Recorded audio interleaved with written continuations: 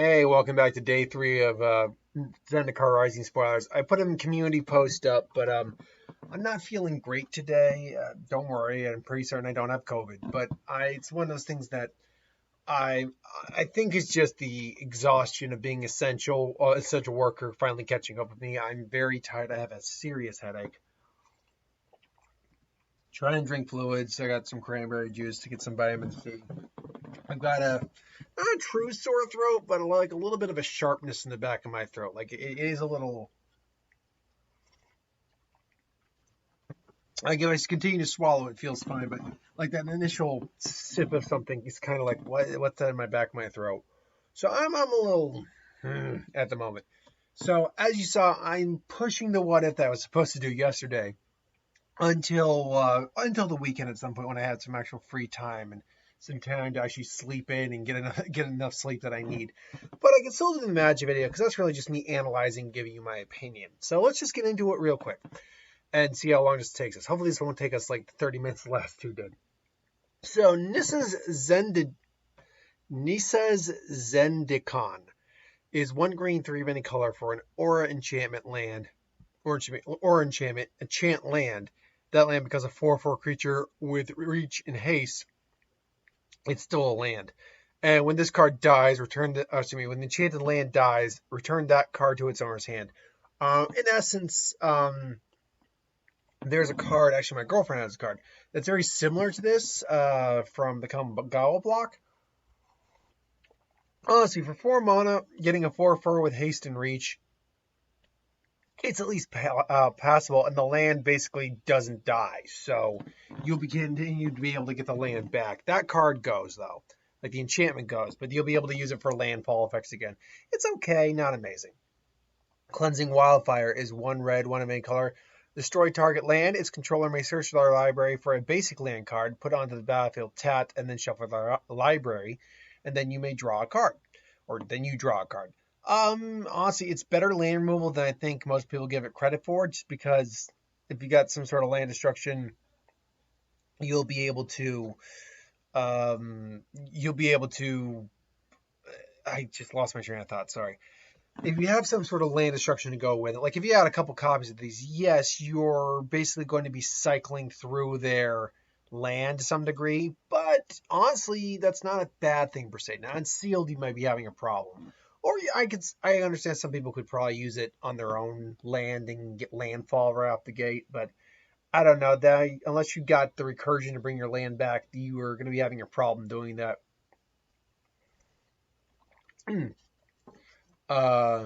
So Mind Carver, I don't know. It's interesting, but I'm not sure about Cleansing Wildfire. Mind Carver is 1 black for an artifact equipment uncommon. There's a battlefield attached to target creature you control. Equipped creature gets +1/+0, but it gets +3/+1 instead if an opponent has at least 8 or more cards in the grave, or you could just equip it for 1 black, 2 of any color. It seems to be a sub thing that 8 more cards in the grave. Not like a terrible sub thing. I like the mill aspect of it. The one problem I have with this card is there's no other effect. It's just +1/+0 or +3/+1. That's it. So take that for what it is. Angel of Destiny, the instant kill, or the instant win attacker that Rosewater teased. Angel of Destiny is 2 white, 3 of any color free, 2/6. Angel Cleric, flying double strike. Right off the bat, not bad stats at all. Whenever a creature you control deals combat damage to a player, you and that player each gain that much life. Interesting. At the beginning of your end step, if you have at least 15 more life than your starting total, each player Angel of Destiny attack this turn loses the game. Okay, I like it personally, especially because you're assuming you're getting the attacks through. They're actually gaining 4 life just with this thing alone. Actually, you're both getting 4 life. And, I mean, granted, with this effect, they're going to want to stop you. But if you're already in a dex type that's going to be gaining life, which gaining life, from what I understand, isn't a very guaranteed game winner. A lot of people don't go with that for like game winning. It's just really a stall tactic. But if you know how to make a deck right, And now a lot of life could be an extreme hindrance. And this gives you a reward for that. 15, honestly, getting 15 life more than your starting total, 35 life, that's really not unrealistic in a lot of decks. So, and hell, I mean, Commander, this thing, think of this for Commander. You start with 40 life. I mean, all you gotta do is get this out once and you're good to go. So, I mean, I like it. And by the way, it's hard to tell in the artwork, but is this a guy angel? We've only seen male angels on, and now I'm looking a bit closer. I think it is a female angel, but we've only seen male angels on Amonkhet so far. It'd be cool to see them on another plane. But yeah, anyway, I like it. It's definitely got the mythic. Anything that's an instant win based on a condition is probably a mythic level card. Seagate Colossus is a 7 of any color, 7/5 Golem Warrior. Spell costs 1 less to cast for each creature in your party, though, which means at minimum it's going to be a. Actually, at minimum it's going to be nothing because this thing, its casting cost is because of the party, which means this is the 7/5 for 3 that Rosewater teased. It's okay. Again, realistically, you're probably not going to have the full party. You're probably going to have like 2 to 3 at best. One is pretty much guaranteed usually in that kind of deck, but 2 or 3 at best. So at 3, you'll be getting it for 4. A 7/5 for 4 isn't bad. Hell, even a 7/5 for 5 isn't bad. It doesn't have any other ability. That's the only problem I have. If it had Trample, this first off would probably be an uncommon and a lot more playable. Goma Fata Vanguard is 1 red, 1 of any color. For a human warrior, 2/2. Whenever this card attacks, target creature an opponent controls with power less than or equal to the number of warriors you control can't block this turn. So warrior sub-theme, great if you got warriors. That's all I can really say on that. Sure-footed Infiltrator is 1 blue, 3 of any color for a 2/3 Merfolk Rogue. Uncommon, tap another untapped rogue you control. This creature can't be blocked, and when this creature deals combat damage to a player, you draw a card. Great if you're in rogues, which I probably understand that's a bit more of a thing than warriors is. Cascade Seer is 1 blue, 3 of any color for a 3/3 Merfolk Wizard. Enters the battlefield, scry X, where X is the number of creatures in your party, which means you'll scry 1 minimum. That one's not so bad. I mean, 3/3 for 4 is what it is. Let's see here. This one, I remember this one actually does have a name. I've been spoiled with its name. I can't remember the name though. But it is a vampire rogue, 4/4, 1 red, 1 black, 4 of any color. Costs 1 less to cast for each member in your party. Flying, Death Touch, and Haste, which means at best you're casting it as a 4/4 for 2 with Flying, Death Touch, and Haste. Other creatures you control have Death Touch. Whenever a creature deals combat damage to a player, destroy that planeswalker. Destroy that planeswalker. That's pretty solid. The trick's just going to be getting out for cheaper. I mean, again, realistically, 2 to 3, so that means you're casting it for either 4 or 3, which either way is a good rate. So yeah, I'd say this is a pretty good card. Absolutely. Then we have, what's the name of the damn thing? Inscription of Abundance. 1 green, 1 of any color for a instant, if I'm not mistaken. Yes, instant. Kicker, 1 green, 2 of any color. Choose 1. If kicked, choose any number. So basically, you can pay 5 and get all 3 of these effects, or just pay the 2 and get 1 of the effects. Put 2/+1 counters on target creature. For 2 mana, that's pretty good. Target creature gains X life, where X is the greatest amount of power among creatures that player controls. It's you, solid, but only if you got big creatures. Target creature you control fights the target creature you don't control. And if you're getting all of these effects, that's not bad. For 5 mana, it's actually a pretty good rate. This one, if I remember correctly, is a core warrior. And basically, it's a 1/2 for 1 white. You can pay 4 of any color and a white to give creatures you control +1/+1. Actually, that's okay. I mean, pretty hefty ability. I wouldn't normally use it, but if I'm stuck in white, I can think of worse things to play. A Merfolk Cleric. A 1/3 for 2. When this creature blocks, this creature can't untap. When a creature blocks, when blank blocks a creature, that creature can't untap during its controller's next untap step. Not bad. It's a good little makes your opponent stop and think for a moment card. I mean, it'll be easily killed overall, but still not a bad little card. This one is an Elf Wizard. Is 1 green, 3 color for a 3/2 When it enters the battlefield, you draw a card. Okay, it is what it is. Highborn Vampire is 1 black, 3 vampire for a 4/3 vanilla creature. You need vanilla creatures. Angel Heart Protector is 1 white, 2 of any color for a 3/2 human cleric. When it enters the battlefield, target creature you control gains indestructible until the end of turn. That's fine. I mean, it'd be better if it had flash, but still, it's okay. Good only if you have a real big thing that you want to swing in with. Fissure Wizard is 1 red, 1 of any color for a Goblin Wizard. 2/1. When it enters the battlefield, you may discard a card, and if you do, draw a card. It's a looter. It's a looter. It's fine. It's not the best, but it's fine. Actually, no, sorry. That one's not looting. That one is... no, I think that one's looting. I can't remember what the other one is. Rummaging. No, sorry. That's rummaging. Drawing and discarding is looting. Discarding and then drawing is rummaging. Still, it's all right. Relic Robber is 1 red, 2 of any color for a 2/2 human Goblin Rogue rare haste. When it deals combat damage to a player, that player puts a 0/1 colorless Goblin Construct artifact creature token with this creature can't block, and at the beginning of your upkeep, this creature deals 1 damage to you. I will. This thing is actually kind of a ticking clock. If you can get this out quick and start swinging in, they're going to be in trouble.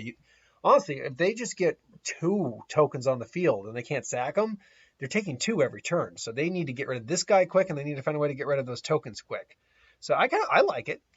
Feed the Swarms, 1 black, 1 of any color, sorcery, a common, destroy target creature or enchantment an opponent controls. You lose life equal to that permanent's converted mana cost.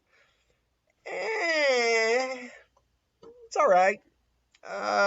Depending on what's on the field, it could be pretty steep.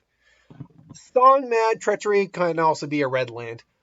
I'll let you know if it could be something more than just a land. 2 red, 3 of any color for a sorcery, uncommon.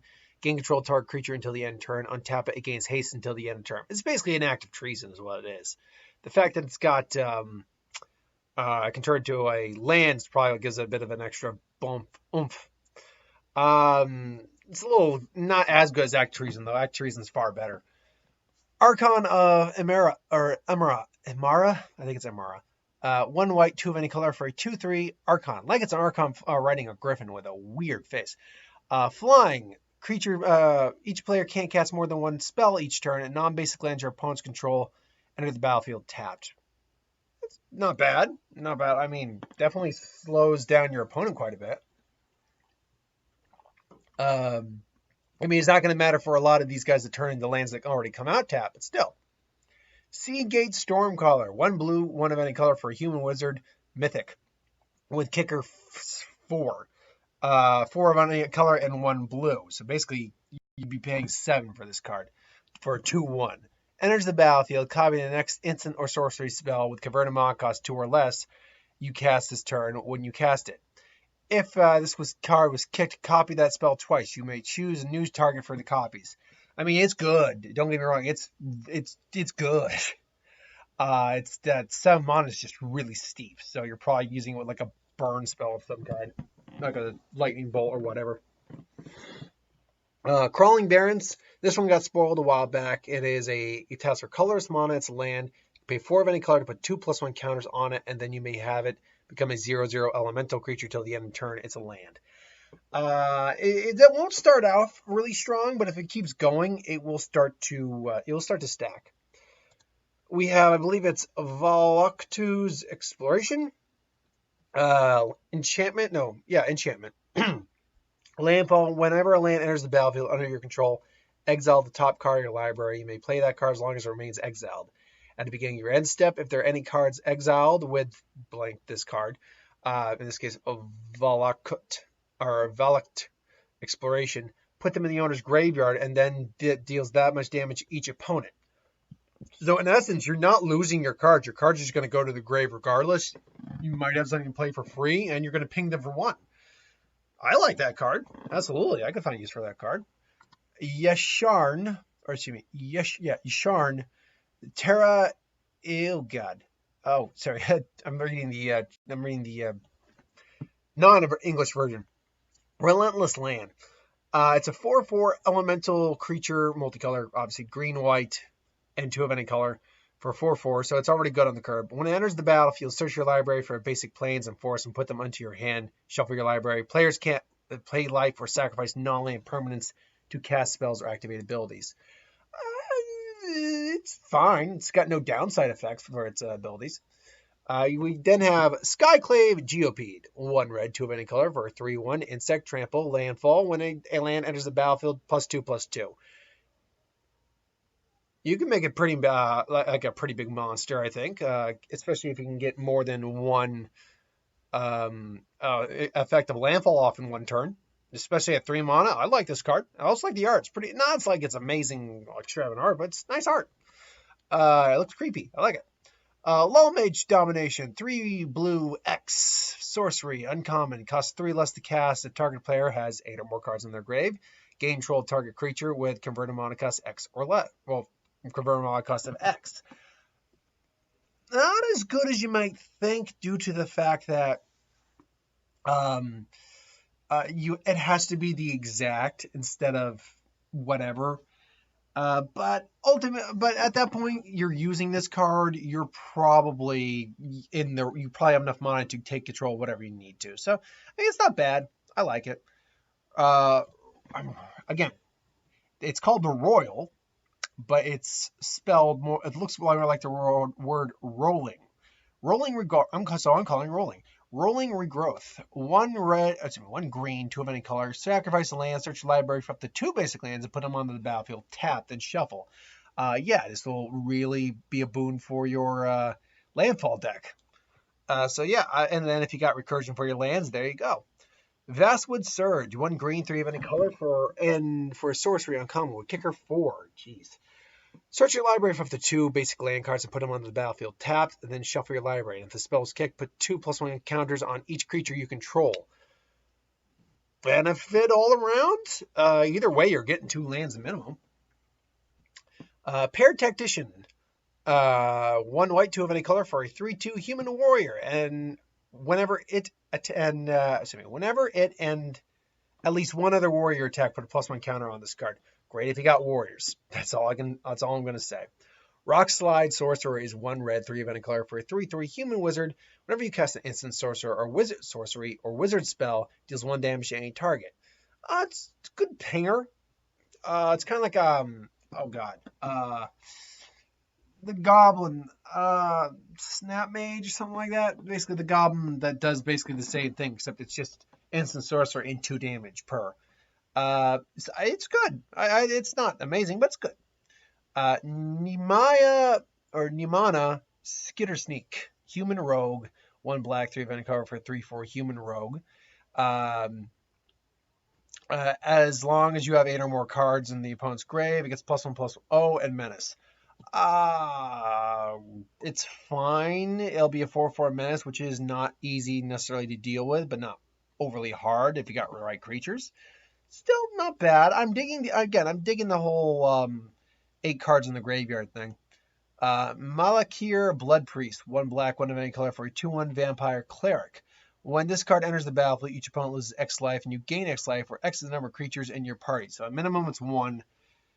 It's minimum. Each opponent's losing 1. You could be getting up to however many opponents you're playing against. At maximum, it's they are all losing 4, and you're gaining again the amount.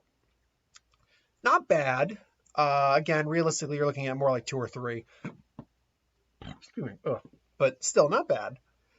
And then this one is basically Lizard Elemental. And this is the card I actually mentioned, I think, last night, or yesterday, I should say. That's basically something that's going to reduce kicker cost. This is your kicker cost reducer. And whenever you play a kick spell, put a +1 counter on this card. This I can get, first off, it's a bear with no downside, so you're going to play it.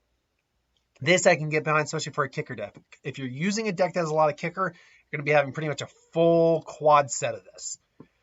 Lastly, Broken Wings. It's pretty much in the grand old tradition of cards that target enchantments, creatures are flying and destroy them. Actually, this destroys pretty much almost everything. Enchantment, artifact, and creatures with flying. Broken Wings. Yeah. Take these broken wings and learn to take down your opponent's flying creature, artifact, enchantment.